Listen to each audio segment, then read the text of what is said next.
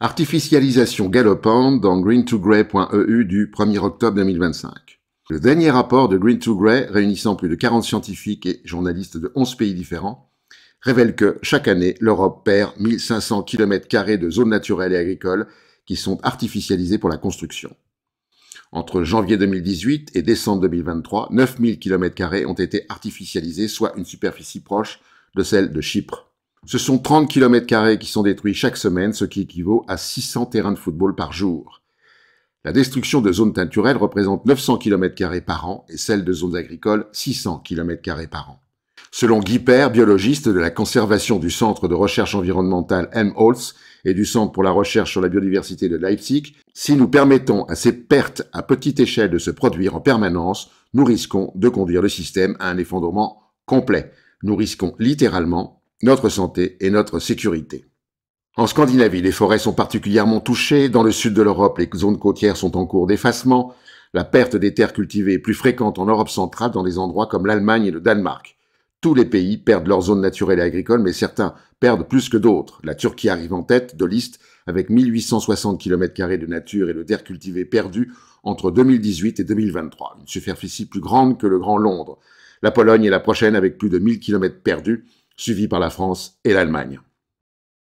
Climat, santé et biodiversité, tout ne va pas bien dans monsieurmondialisation.org du 17 septembre 2025. Dans un rapport publié le mardi 17 décembre 2024, l'IPBES, la plateforme intergouvernementale scientifique et politique sur la biodiversité et les services écosystémiques, fruit du travail de 165 chercheurs internationaux, rappelle que depuis 50 ans, le déclin de la biodiversité est de l'ordre de 2 à 6% par décennie. Selon eux, ce déclin majeur est dû à une combinaison de facteurs directs, changement d'utilisation des terres et des mers, changement climatique, surexploitation des ressources, espèces exotiques envahissantes, pollution, et indirects, changement économique, démographique, culturel et technologique d'origine anthropique. Lorsque ces facteurs interagissent entre eux, ils provoquent des effets en cascade sur les éléments interdépendants.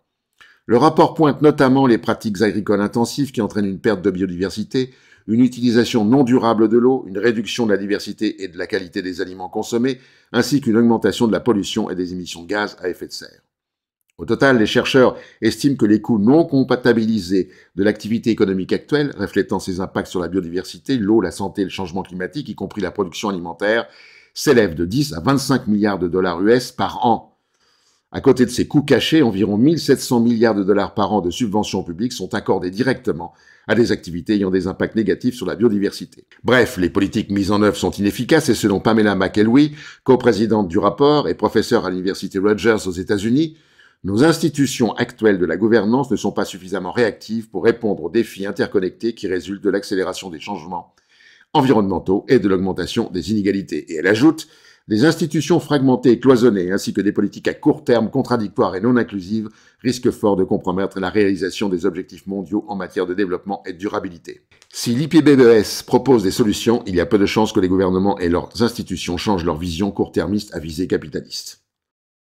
La géo-ingénierie, un leurre dans Reporter.net du 3 octobre 2025. Le rapport de l'Académie des sciences, publié le 2 octobre concernant la géo-ingénierie, conclut ainsi.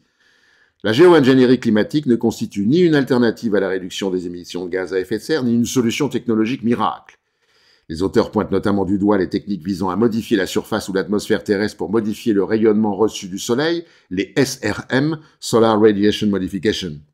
Ils mettent en exergue les nombreuses incertitudes et les risques de bouleverser négativement les écosystèmes et le climat, sans parler des difficultés techniques, économiques et géopolitiques, et les auteurs de trancher quant à cette aventureuse technique, c'est un leurre climatique et non un investissement d'avenir.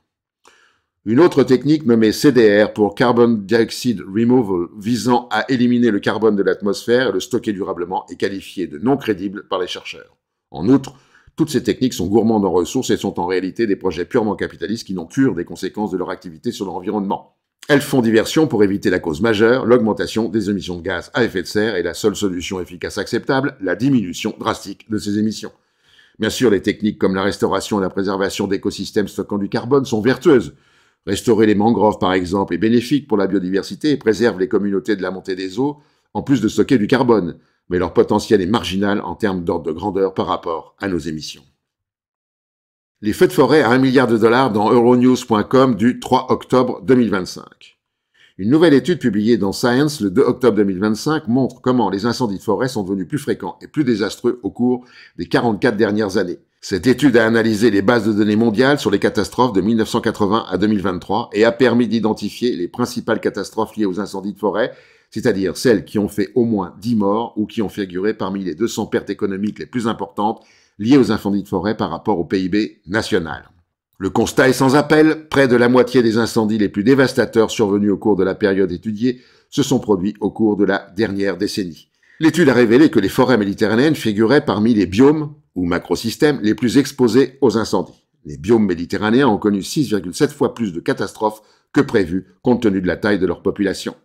L'Amérique du Nord a connu la plus forte augmentation des coûts absolus des dommages sur la période considérée, mais l'Europe a également eu sa part d'événements à 1 milliard de dollars, c'est-à-dire des incendies de forêt qui ont causé plus d'1 milliard de dollars de dommages.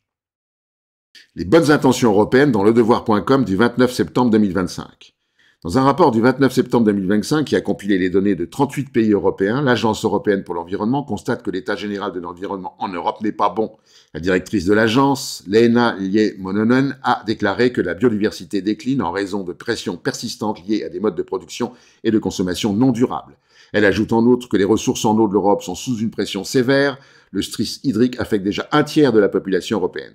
Bien qu'au sein de l'Union européenne, les émissions de gaz à effet de serre ont chuté de 37% depuis 1990 grâce à la réduction de l'utilisation des combustibles fossiles et au doublement de la part des énergies renouvelables depuis 2005, la nature continue de subir dégradation, surexploitation et perte de biodiversité. Quelques 81% des habitats protégés sont dans un état médiocre ou mauvais, de 60% à 70% des sols sont dégradés et 62% des masses d'eau ne sont pas dans un bon état écologique. Plus généralement, les événements extrêmes liés au climat et à la météo, canicules, inondations, glissements de terrain, feux de forêt, ont causé plus de 240 000 morts entre 1980 et 2023 dans l'Union européenne et le coût de ces événements ne cesse d'augmenter. Les pertes économiques annuelles moyennes étaient 2,5 fois plus élevées entre 2020 et 2023 que sur la période 2010-2019. Par exemple, en Slovénie, en 2023, le coût des inondations s'est élevé à 16% du PIB du pays. Mais on en reste aux déclarations d'intention, comme celle de Teresa Ribera, vice-présidente de la Commission européenne, responsable de la transition écologique. Nous devons agir avant qu'il ne soit trop tard. Et pour finir, la connerie de la semaine.